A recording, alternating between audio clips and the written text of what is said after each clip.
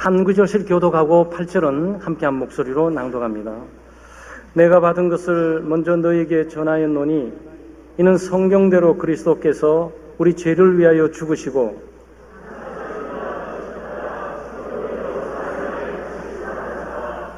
게바에게 보이시고 후에 12 제자에게와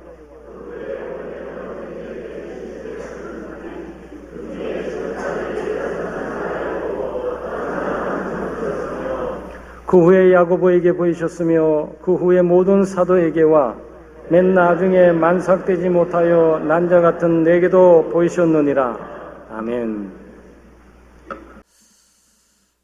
오늘은 본문 말씀을 중심으로 해서 그리스도의 부활의 유익이라는 제목으로 말씀을 나누겠습니다. 예수님께서 이 땅에 오시고 십자가에 못 박혀 죽으시고 그리고 다시 살아나시고 부활하신 유익이 우리에게 많이 있습니다. 고린도전서 15장은 58절로 되어 있어요. 아마 성경을 친숙하게 잘 아는 우리 믿음의 교우들에게는 아마 즉각 다가오게 될 겁니다. 한 장이 58장까지 되어 있지만 58장이 딱 두 개의 질문을 가지고 답을 하는 형식으로 되어 있습니다. 하나는 12절 말씀에 죽은 자가 살아날 수 있냐? 라는 이 질문에 대한 답이에요. 만약 죽은 자가 다시 살아날 수 있다면 도대체 그 몸은 어떤 몸체이냐? 라는 이 두 가지 답이 58절을 통해서 주어지게 되는 겁니다. 그래서 영광의 부활의 아침을 맞이해서 예수 그리스도의 부활하신 사건들을 다시 한번 되새겨보면서 또 고린도전서 15장을 통해 예수 그리스도의 죽으심과 부활을 믿는 우리들에게 얼마나 놀라운 유익이 있는지를 살펴보고 은혜를 받고자 합니다. 첫째는 예수 그리스도는 죽은 자 가운데서 확실하고 분명하게 부활하셨습니다. 헬라 철학 사상에는 부활 불가놀이라는 게 있어요. 사람이 죽으면 다시 살 수 없다라는 이 이념, 이 사상, 이 생각, 이 철학이 있는 거예요. 아마 많은 사람들이 이 생각과 사상의 지배를 받을 겁니다. 사람이 죽으면 다시 살 수 없다라고 단정하면서 살아가게 될 것이에요. 그러나 예수 그리스도는 죽은 자 가운데 부활하심으로 다른 답을 주게 되죠. 사람이 죽으면 다시 살 수가 있다. 그 예수 그리스도는 죽은 자 가운데 3일 만에 부활하셔서 승리하셨습니다. 예수님의 부활은 단순히 영의 부활, 그 정신의 부활이 아니고 죽은 자 가운데서의 육체적인 부활입니다.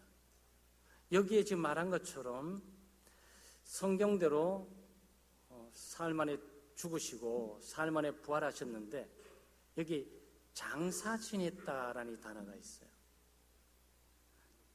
죽음이 있고 장사가 있고 그 다음에 다시 살아나는 부활이 있는 거죠. 죽음과 부활 사이에 뭐 하나가 끼어 있죠. 단어가. 그게 장사입니다. 이 장사가 의미하는 것은 매장을 말을 하고 있는 거예요. 땅에 묻어버렸다. 이게 의미하고 있는 것이 무엇입니까? 최종적인 죽음의 확증이 장사예요. 그래서 사람이 죽으면 대부분 갖다 묻지는 않습니다. 그렇죠? 네, 옛날에는 뭐 7일장, 11장 있었고 요즘 같은 경우에 3일장 정도 합니다. 3일장 정도 하는 이유가 여러 가지가 있겠지만 애도의 시간도 없잖아 있겠지만 혹시 죽은 게 아닌데 우리가 막 갖다 묻는 거 아니야?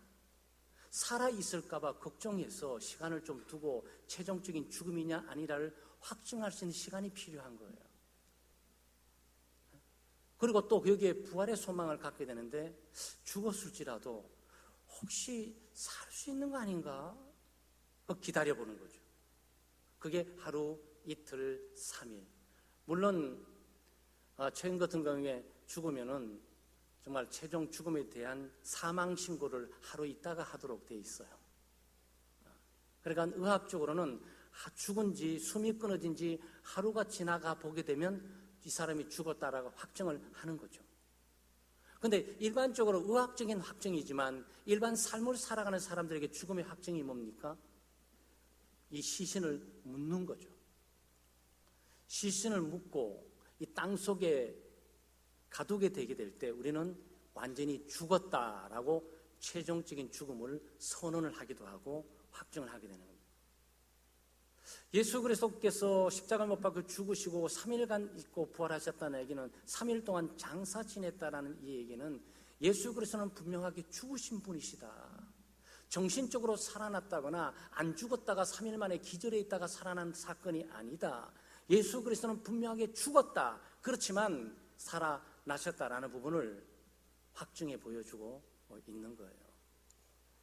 예수님의 죽음에 대해서, 부활하신 것에 대해서 의견이 분분합니다. 어떤 사람은 예수님이 진짜 죽은 것이 아니고 제자들이 도적질해 갔다.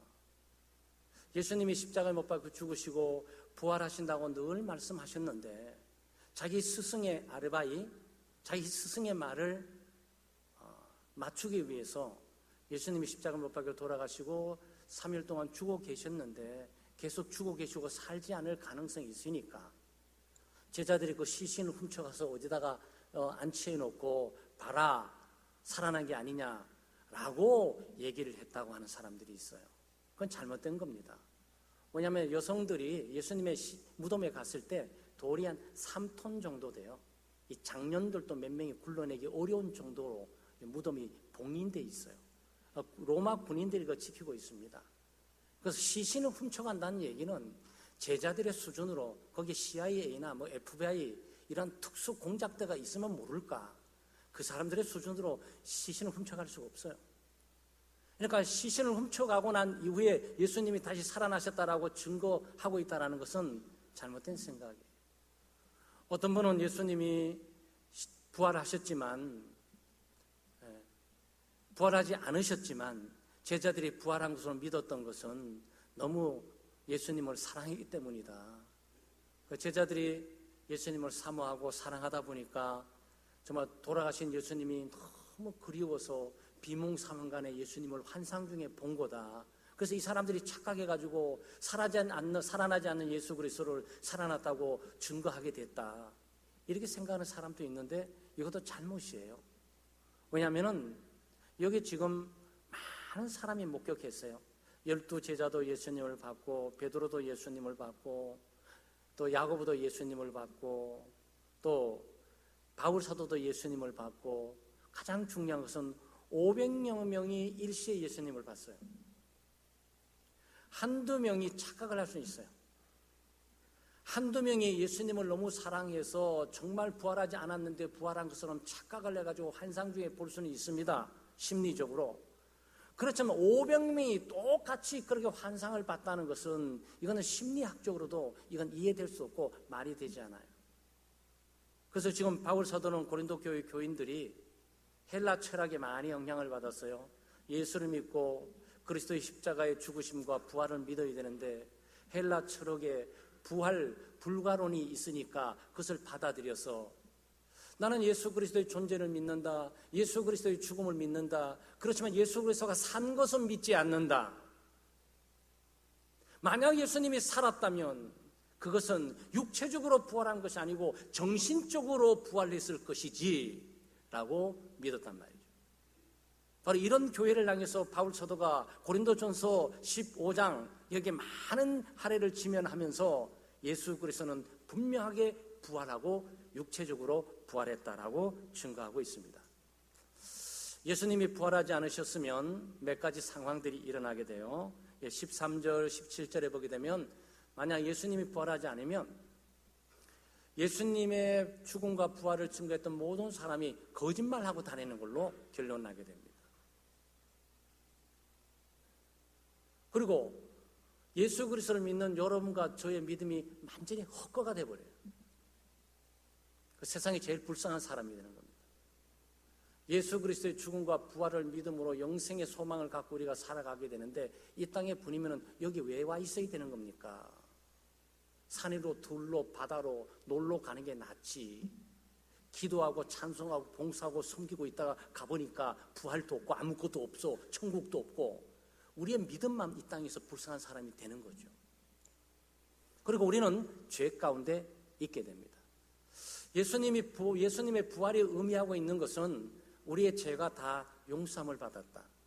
예수 그리스도가 하나님의 아들로서 죄가 없는 분이시지만 죄 있는 자로 우리의 모든 죄값인 죽음과 저주와 형벌을 십자가에 다 못 박고 죽으시는 그 사건을 하나님께서 인정하시고 그 사건을 받아들이시고 예수 그리스도께서 모든 인류의 죄값을 다 사하셨다라는 것들에 대한 보증과 증언으로 그리스도를 십자가에 죽으심과 부활을 시킨 거거든요. 그래서 그리스도의 부활은 바로 우리의 죄가 사라졌다, 우리의 죄가 청산되었다, 우리의 죄의 결과한 죽음과 저주와 형벌이 다 없어져 버렸다. 그리고 그리스도께서 부활하시고 영원한 생명을 얻은 것처럼 우리에게도 영원한 생명이 있음을 말해주고 있는 겁니다. 그리스도의 부활은 역사적으로 분명해요. 우리는 전설을 믿는 것이 아닙니다. 신화를 믿는 게 아니에요. 이념을 믿는 것도 아닙니다. 개념을 믿는 것도 아니에요. 철학을 믿는 것도 아니에요. 우리는 역사적인 사실을 믿습니다. 예수 그리스도가 십자가에 못 박혀 죽으신 것은 역사적인 사실이에요. 예수 그리스도께서 죽은 자 가운데 육체로 부활하신 사건도 역사적인 사실이에요. 그리스도의 죽음만 믿고 부활을 안 믿는다는 것은 예수 그리스도를 안 믿는 것과 동일한 결과를 가져오게 되는 겁니다. 그리스도의 부활이 우리에게 주는 여러 가지 유익이 있습니다. 첫째는 다시 산다는 소망이에요. 여러분, 사람이 죄 가운데 태어나고 죄의 영향을 받고 다 죽습니다. 그래서 죽음은 죄의 결과예요. 자기가 아무 의롭고 자기는 똑똑하고 자기는 죄가 없고 죄를 짓는 자한테 발버둥을 쳐도 그는 죽음을 향해 가고 있어요. 그 의미는 무엇이냐? 죄 가운데 있고 죄의 영향력을 받고 있다는 것이죠. 죽음은 끝이에요. 죽음은 절망 아닙니까? 여러분, 삶의 의미가 뭡니까? 살아있어서 삶의 의미가 있는 거예요. 죽음은 여러분의 계획과 꿈들, 뜻들, 소망들, 잘 입고 잘 먹고 잘 살려는 모든 것들이 다 사라져버려. 죽음으로 끝나버리는 거예요. 죽음은 절망을 의미하고 있는 것이고 소망이 없음을 의미하고 있는 거죠. 그런데 다시 살 수 있다는 것이 있다면 얼마나 놀랍겠습니까? 필립 얀시라는 사람이 있는데 그 필립 얀시라는 사람은 정말 기독교의 지금 현대 당금 기독교의 굉장히 영성주의자로 기독교에 영향을 주는 분이고 많은 저술과 책을 썼어요. 이 사람이 쓴 책 가운데 내가 알지 못했던 예수라는 책이 있어요. 내가 알지 못했던 예수. 이 사람도 예수를 알지 못했던 때가 있던 거야. 예수를 믿지 않았을 때가 있었던 거예요. 그런데 이 사람이 왜 예수 그리스도의 복음에 귀를 기울이고 예수 그리스도의 부활에 왜 귀를 기울이게 됐냐? 한 해에 자기 좋은 친구들이 다 죽어버렸어요. 한 해 동안에. 한 사람은 일찍을 은퇴해서 돈을 많이 번 사람이겠죠. 일찍 은퇴해가지고 내 부인과 함께 좋은 레스토랑에서 식사하고 나오다가 차를 타는데 그러면서 죽었어요. 개인적으로 천년만년 살게 될 것을 생각한지도 모르겠고 80세, 90세 살게 될 거라고 꿈을 꿨을 줄은 모르지만 부인과 함께 맛있는 식사하고 오다가 그냥 돌아가셨어요. 우리도 그런 경험이 있습니다. 우리 가운데 안수 집사님 한 분이 거의 한 50대 후반에 잠자고 일어나니까 하나님이 부르셨어요. 그리고 또 한 사람은 40대 믿음의 여인인데 이 여인은 교회를 신앙생활 열심히 잘하고 있다가 그날 또 자기 교회 선교회 모임이 있어가지고 차를 타고 가다가 고속도로에서 유조차 기름차 와서 박아버렸어요. 그래서 불에 타서 죽으셨어요. 40대 믿음의 그리스도인이. 또 한 사람은 건장한 친구인데 이 친구는 미시간 호수에서 스쿠버 다이빙 하다가 심장마비로 죽었어요. 그게 1년 동안에 있은 이 사람 주변에 있는 사람들의 사건이에요. 이 사람이 생각을 한 거예요. 터무니없는 생각. 자기로서는 전혀 생통문에 그 친구들이 살 수 있으면 좋겠다. 그 친구들이 죽었고 지금 여기에 보이지 않고 사진만 남겨놓고 무덤에 있지만 그 친구들이 살 수 있으면 좋겠다는 소망이 희미하게 기대가 있더랍니다. 그런데 자기도 공부를 열심히 한 학자기도 하고 사회 신분과 지위 있는 사람이지만 어느 누구도 내 친구가 죽었다가 산다는 메시지를 던지는 곳이 없더라는 거야. 근데 어느 날 교회 가니까 목사님이 다시 살 수 있습니다 이 말을 하는데 정신이 막 번쩍 떠지면서 귀가 딱 열리더라는 거예요. 아니 여기는 별천지인가? 여기는 과학과 이성, 세상에 미치지 않는 곳인가? 도대체 어떤 집단이기에 여기가 죽은 자가 다시 산다고 감히 선언하면서 있는 곳인가라고 눈을 번쩍 뜨고 귀를 열어서 들었다는 거예요. 그래서 예수 그리스도의 부활을 믿게 됐고 바로 부활이 영광의 인류의 소망의 메시지라는 것을 알게 됐다는 거예요. 여러분, 예수 그리스도의 부활은 다시 살 수 있다는 소망을 예수님의 제자들은 우리뿐만 아니고 예수를 믿지 않는 사람들의 세계 가운데 있는 거예요. 예를 들어서 사람이 다시 살 수 있다라고 이 소식이 전해진다면 아마 세계 긴급 뉴스가 됩니다. 우리는 늘 평범하게 들어가지고 의미가 다가오지 않을지는 모르지만 사람이 죽은 자 가운데 살 수 있다, 사람이 살 수 있습니다 라고 처방을 하면서 이쪽으로 오세요 라고 말한다면 그건 놀라운 메시지가 될 거예요. 그런데 우리가 그 메시지를 믿고 있고 갖고 있단 말이죠. 두 번째는 믿음과 구원을 보장해 줍니다. 예수 그리스도의 부활은 우리가 가지고 있는 믿음은 확실하다, 우리가 가지고 있는 구원은 확실하다라는 것들을 보장해 줍니다. 예수님은 죄가 없는 분인데 십자가에 못 박혀 죽으시고 죄 있는 자처럼 죽으셨어요. 하나님의 아들이시며 죄가 없으니까 죄의 값인 죽음을 맞이할 필요가 없는 거죠. 예수 그리스도의 십자가의 죽음은 자기 죄로 인한 죽음이 아니고 우리 모든 인류를 위한 죄, 그 죄값은 죽음과 저주와 형벌인데 그것을 그리스도께서 대신 걸머지시고 모두 죽어야 될 그 장소에 자기가 대신 죽으신 것이에요. 그것은 역사적인 사건입니다. 예수 그리스도가 십자가에 못 박혀 죽으시고 부활하셨죠? 그 부활은 또 역사적인 사건이에요. 여러분이 안 믿어도 사건은 사실인 거예요. 믿어주거나 믿어지지 않거나 관계없어요. 여러분이 예수 그리스도의 부활을 안 믿는다 그래가지고 부활이 전혀 요동치 않아요. 그걸 알아야 되는 거죠. 내가 믿어주기 때문에 그 효력이 있는 거고 믿어주지 않기 때문에 효력이 없는 것이 아니고 안 믿어도 모든 인류가 이걸 안 믿어도 사실은 사실로 영원히 남는 거예요. 그런데 우리가 놀랍게도 하나님의 은혜로 이것을 믿어요. 역사적인 사실이기 때문에 흔들림이 없고 역사적인 사실이기 때문에 우리의 믿음은 조금도 요동치 않아요. 우리는 전설이라든지 신념이라든지 또 신화를 믿고 있는 것이 아니고 사실을 믿고 있잖아요.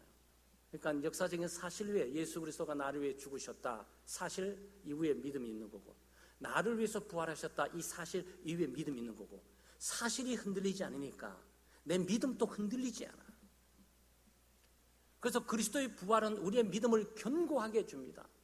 뿐만 아니고 예수 그리스도의 부활은 우리의 구원을 보증해 주는데, 만약에 예수님이 부활하지 않으셨다면 바울 사도가 뭐라 그럽니까? 우리는 여전히 죄 가운데 있다고.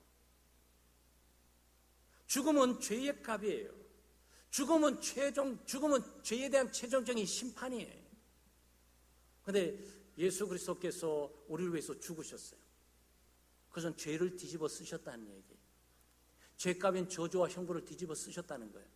예수님이 사시는 것이 없어서 계속 죽음 가운데 있었다면 이 죄는 용서받지 못한 죄고, 저주 가운데 있는 죄고, 형벌 가운데 있는 죄고, 죄의 값인 죽음이 지배하고 통치하는 상태로 그냥 남아있어요. 그런데 예수 그리스도께서 여기서 부활하셨단 말이죠. 죄가 더 이상 영향력을 끼치지를 못해요. 죄의 값인 죽음이 지배하고 통치하지를 못합니다. 예수님께서 부활하심으로 죽음을 이기셨어요. 죽음을 정복하셨습니다. 죽음을 죽여버리셨어. 죽은 자는 움직일 수 없고 효력이 무산돼 버려요.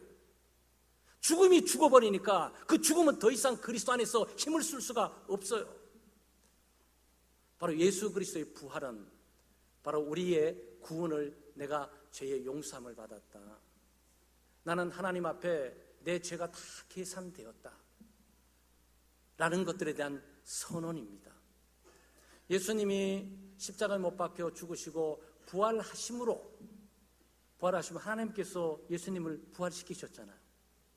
하나님이 부활시키셨어요.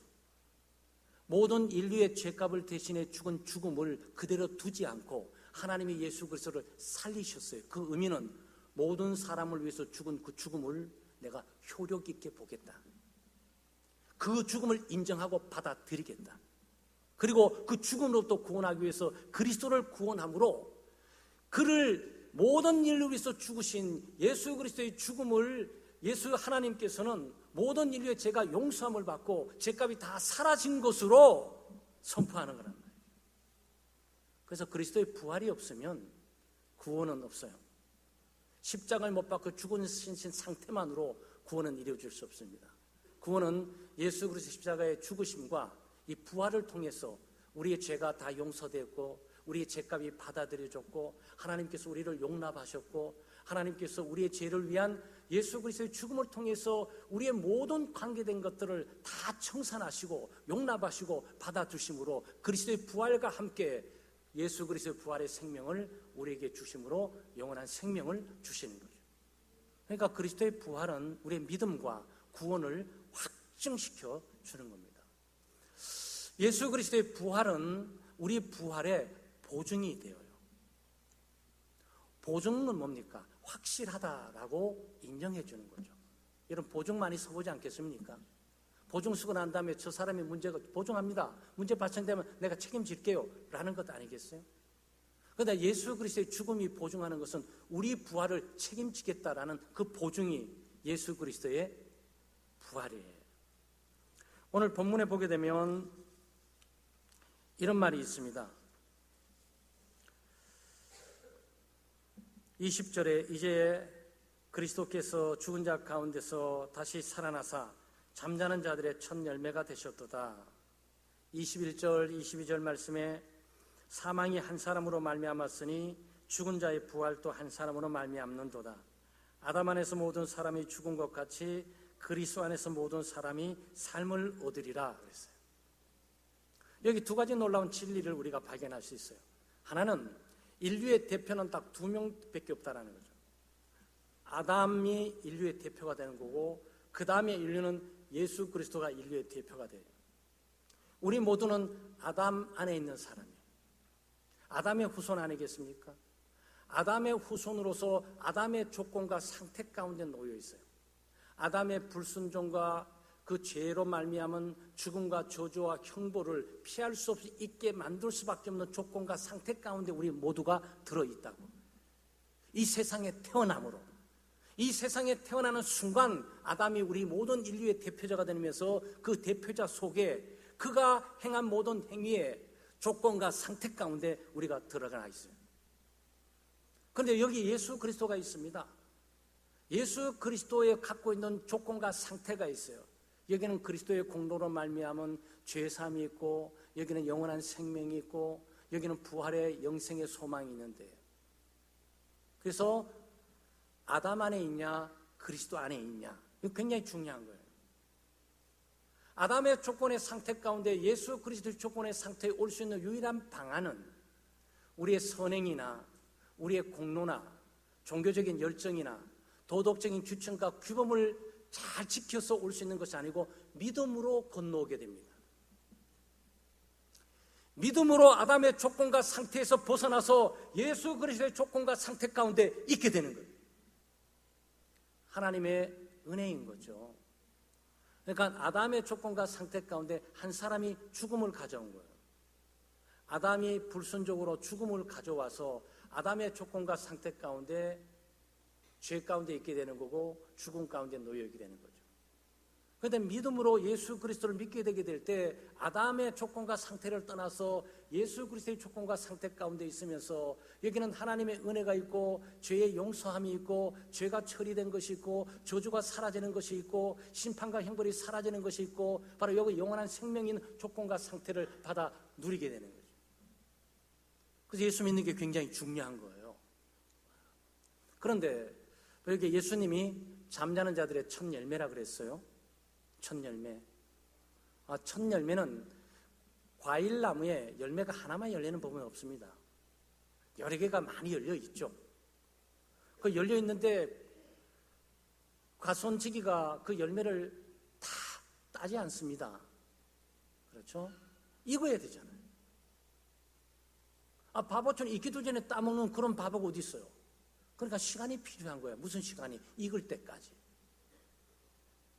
그 익는 시간을 조정하는 것은 창조주 하나님이지 가손치기가 아니에요. 그러니까 이게 예수님이 잠자는 자들, 죽은 자들의 첫 열매가 됐다는 것은 죽은 자 가운데 최초로 부활하셨다라는 그런 얘기거든요. 그런데 첫 열매니까 두 번째 열매가 있는 거예요. 세 번째, 네 번째, 100번째, 만 번째, 수십만, 억만 번째 이 순서가 있는 거야.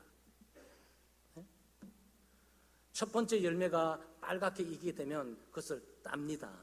그렇죠? 딸 때 뭘 느끼세요? 기대와 소망을 가져. 무슨 소망을? 이 파란 열매들이 이제 빨갛게 익은 날이 며칠 날 다가올 거야. 그걸 어떻게 알아? 첫 열매가 빨갛게 익은 것을 볼 때. 예수 그리스도께서 잠자는 자, 죽은 자들의 첫 열매가 되셔서 부활하셨다는 얘기는 바로 파릇파릇하고 아주 무르익지 못한 우리의 생애 가운데서 시간이 끌면서 언젠가 우리도 죽음을 맞이하게 될 것이고 죽음 이후에 하나님께서 우리를 부활시키는 날이 다가오고 있다는 거예요. 예수 그리스도의 부활은 바로 예수 그리스도를 믿는 우리의 부활이에요. 예수 그리스도의 죽음은 바로 우리 믿는 자들을 위한 죽음이고 예수 그리스도의 부활은 바로 우리 영원한 생명과 새롭게 사는 삶에 대한 부활이에요. 그래서 그리스도의 부활이 없으면 nothing, 아무것도 아니라고 기독교.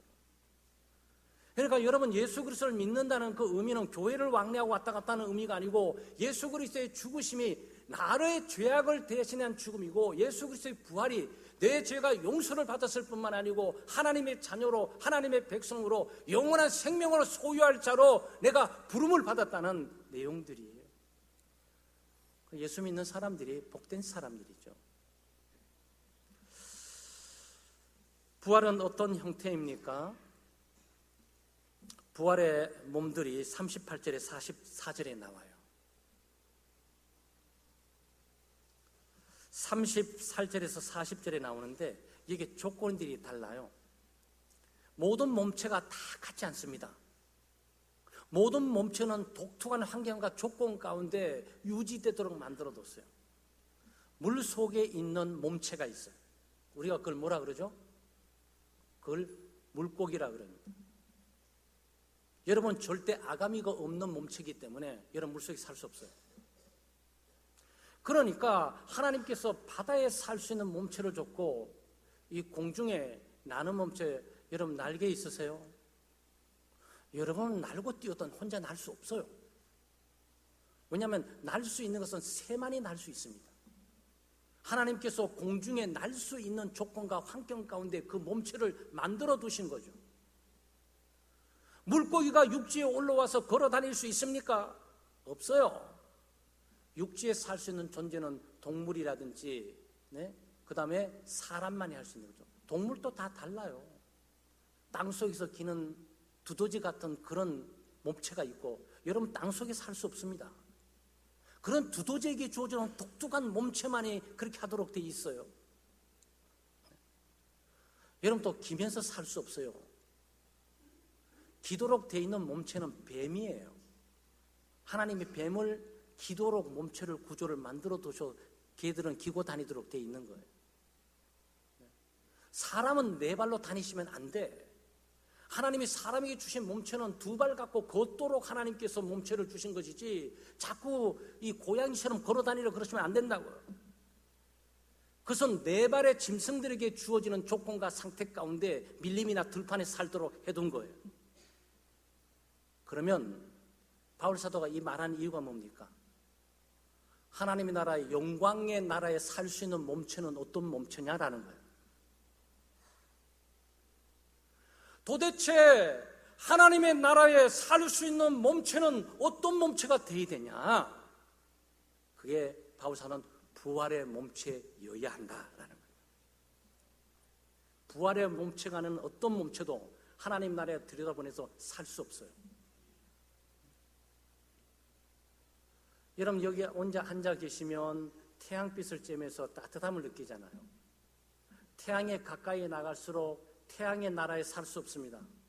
근처에 가기도 전에 다 녹아서 타서 없어져 버려. 근데 하나님은 태양보다도 더 뜨겁고 또 밝은 빛이야. 그거 아셨어요? 하나님이 얼마나 가까이 하기에 어려운 분이라는 거 아셨어요? 가까이 가면 죽어. 하나님을 보는 사람은 죽는다고. 그러니까 얘기는 지금 이 상태에 하늘나라 가고 싶어도 가시면 안 돼요. 하늘나라 가져다 놔도 여러분 거기서 중간 숨이 막히든지 거기 질식하든지 무슨 일이 벌어져. 이 몸을 갖고는 안 돼요. 이거는 타락하고 오염된 죄된 몸이에요. 이것은 이 땅에 살 수 있도록 되어 있는 몸이에요. 우리는 하나님의 나라 가야 되지 않겠어요? 어떤 몸을 갖고 하나님께서 그리스도를 통해 재림하는 그날에 우리 죽은 몸을 부활시키게 될 때 그 몸은 영광의 몸이에요. 그 몸은 시간과 공간을 초월하는 몸입니다. 그 몸은 질병에 들지 않아요. 여러분 지금 질병 때문에 고통 많이 겪죠? 세월 가면서 60, 70, 80, 90 가면서 허리도 관절도 여러 가지 뇌 기능도 피부도 그다음 신경계통도 눈도 귀도 다 떨어지죠 계속. 네? 그러니까 우리는 죽을 육체를 갖고 있는 거야 지금. 살려고 발버둥 칠 필요도 없어. 이거는 죽을 육체를 갖고 있기에 죽음으로서만 맞이하게 되는 육체예요. 그런데 기독교에는 소망이 있잖아요. 부활의 영광의 몸을 덧입는 시간이 다가오고 있다는 거죠. 예수 그리스도께서 죽은 자 가운데 부활하시면 미래에 우리 죽은 자 가운데 부활하는 보증이기에 우리가 그리스도를 믿음으로 우리도 부활할 된다는 메시지가 이 속에 들어있는 거예요. 그러니까 예수님 믿는 사람들은 죽어도 사니까 두려울 게 없어요. 염려하고 걱정하고 두려워야 될 하등에 이 땅에 있는 거 없어요. 왜 그런지 아세요? 부활의 영광이 있지 않습니까? 부활의 소망이 있는 것 아니겠어요? 그냥 이 땅에서 염려하고 걱정하고 하는 이유가 죽을까 봐. 못 살고 못 입고 못 먹고 부들떠도 죽을까 봐 몸부림하잖아요. 근데 그것도 부족하면 다 있는데도 그는 왜 두려워 떠냐고 더 잘 살아보려고 그러다가 두려워 떨잖아요. 그럼 하나님의 나라는 어디 갔냐고. 죽음을 앞으로 어떻게 맞이하겠어요? 네. 여러분 죽음은 호련히 찾아오는 거예요. 올 때는 순서가 있지만 갈 때는 순서가 없는 걸 너무나 잘 알고 있잖아요. 그 예수 믿는 사람은 죽음을 기다리는 사람이에요. 죽음을 준비하는 사람이라고. 왜? 죽음을 반드시 통과해야만 부활의 몸을 덧입게 되니까. 이 몸, 죽을 몸, 죄악과 세균의 영향만 이 몸을 갖고 세월이 끌수록 우리는 불리해. 고통과 괴로움을 우리는 마주치며 살아야 될 거야. 이거를 잘 알고 있는 예수 믿는 우리 권사님들이 눈 깜빡할 사이에 나를 불러주시면 좋겠다라고 말하는 거란 말이죠. 그런데 이 진리를 젊었을 때부터 가지고 있으면 얼마나 좋겠어요. 죽음을 두려워하지 않는 사람이 뭘 두려워할 게 있겠습니까? 세상 당대히 살아가는 거죠. 죄를 두려워하지 않고 죄의 영향도 두려워하지 않아요. 죄를 짓기도 하고 죄의 정죄감과 죄의 양심의 가책을 갖고 있지만 예수 그리스도께서 내 죄를 다 사시고 치워버렸다는 이 믿음을 가지고 그 정죄와 그 마음속에 있는 양심의 가책을 뚫고 기쁨과 즐거움으로 죄의 영향을 눌러버리고 산단 말이지. 수많은 실패와 패배의 고통과 아픔도 우리를 지배하고 통제할 수 없어요. 예수 그리스도가 함께 하시면서 우리에게 승리를 주시고 우리의 삶을 인도하시고 세상을 이긴 믿음을 우리에게 주셨기 때문이죠.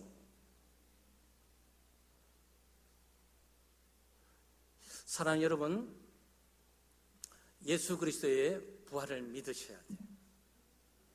우리는 아담의 조건과 상태 가운데 태어나지만 죽을 수밖에 운명적으로 죽어 있는 존재, 영적으로 죽어 있고 육신적으로 죽어갈 수밖에 없는 존재지만 아담의 조건과 상태 가운데 지식이 있다 그래가지고 돈이 많다 그래가지고 사회 신분지위 높다 그래가지고 쇠퇴하고 무력해가고 사라지는 그 육체를 붙들고 영원히 살 수가 없어요. 어차피 하나님의 나라를 이동해 가야 되는 그런 그 그리스도밖에 길이 없다고요. 그 이 땅의 돈이 문제가 아니고 사회 신분지위와 성공이 문제가 아니고 예수를 믿냐 안 믿냐 이 문제가 굉장한 중요한 문제로 다가오게 되는 거죠. 부활의 몸은 시간과 공간에 구애되지 않죠. 질병에 들지 않습니다. 세균의 영향력을 받지 않아요. 그리고 감을 쇠하지 않습니다. 우리 또 연세신 권사님 늘 낙심하게 되죠.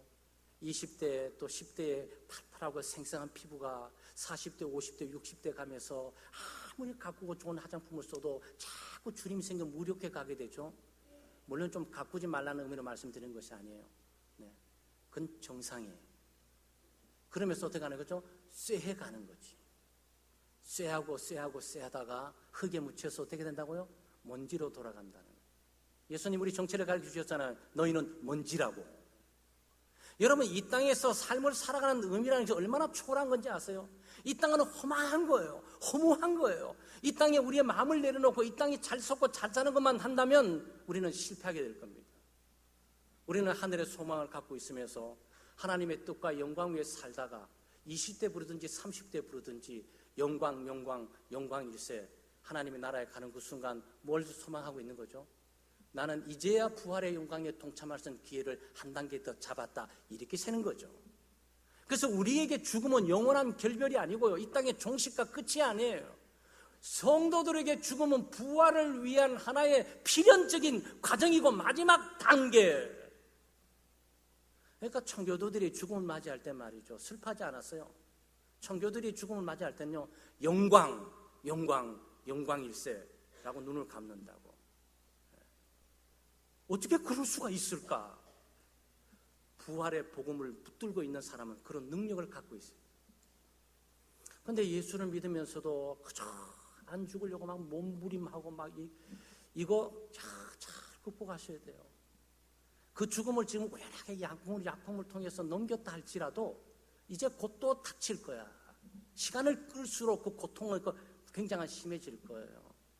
그래서 저희 어머니 돌아가실 때도 우리 여기 권사님들 가운데서 그런 분이 계세요. 호스티스 교육을 받으시면서 산소호흡기 이렇게 끼우지 말라고.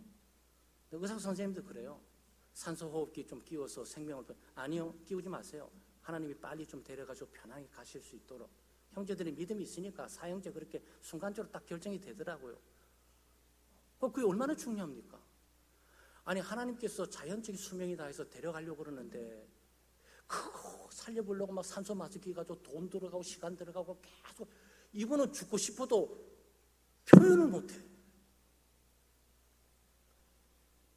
여러분 죽음을 가볍게 여기라고 말씀드린 게 아니에요. 하나님께서 생사화복을 주관하고 계시는 분이에요. 의학과 의술이 그것을 붙들려고 노력해서도 안 돼요. 그래서 우리는 자연사를 택합니다. 안락사도 택하지 않아요. 고통과 아픔 가운데 있는 거 주사를 빨리 넣어서 빨리 죽여주세요 하는 것도 안 돼요. 빨리 죽여달라는 것도 안 되고 죽음을 연장시켜달라 그래서도 안 돼요. 홀연히 받아들여야죠. 그렇게 할 수 있는 분들은 예수 그리스도의 복음을 믿고 내가 죄의 용서함을 받았고 나는 구원을 받았으며 나는 천국의 백성이고 부활의 영광의 몸을 더입어야 될 텐데 그것은 죽음을 통과해야 된다. 죽음의 터널을 빨리 기다리자. 왜 내게는 안 오냐? 왜 여기 남겨두는 거지? 그래, 이 땅에 있는 동안에 하나님이 나를 향해서 최선을 다하는 하나님의 뜻과 영광을 위해서, 복음을 위해서, 하나님의 교회를 위해서 하나님이 헌신하라고 내게 기회를 주는 거구나. 그걸 알고 봉사하고 살고 가는 것뿐이죠. 사랑하는 여러분, 예수 그리스도의 죽으심과 부활을 견고하게 붙들고 나도 다시 살 수 있다는 소망 가운데 사시고 내 믿음은 견고할 뿐만 아니고 내 구원은 확실하다라는 것을 붙들고 믿음으로 승리하고 살아가시기를 주의 이름으로 축원합니다. 하나님 아버지 참 감사합니다. 인생이 허망합니다. 허무합니다. 꿈과 소망이 있어서 뭔가 하든지 발버둥 치고 있지만 결국 죄 가운데 태어나고 죄를 짓고 죄의 영향인 고통과 아픔과 슬픔들, 마지막에는 죽음을 맞이하게 되는 운명적인 존재임을 우리가 잘 알고 있습니다. 예수 그리스도가 이 땅에 오시지 않았더라면, 또 무엇보다도 예수 그리스도께서 십자가 못 박혀 죽으시고 부활하지 않으셨다면 우리에게 무슨 소망이 있겠습니까? 오늘 예수님의 십자가의 죽으심과 부활을 통해서 우리의 죄가 용서되고 우리가 죄가 받아들여졌으며 우리가 영광의 소망을 가지고 부활의 소망을 가지고 살아가게 될 자임을 다시 한번 확인하고 이 땅에 허무하고 허망한 세상 가운데 믿음으로 승리하고 살아갈 수 있는 저희들 될 수 있도록 은혜 베풀어 주시옵소서. 감사드리며 예수님의 이름으로 기도드리옵나이다. 아멘.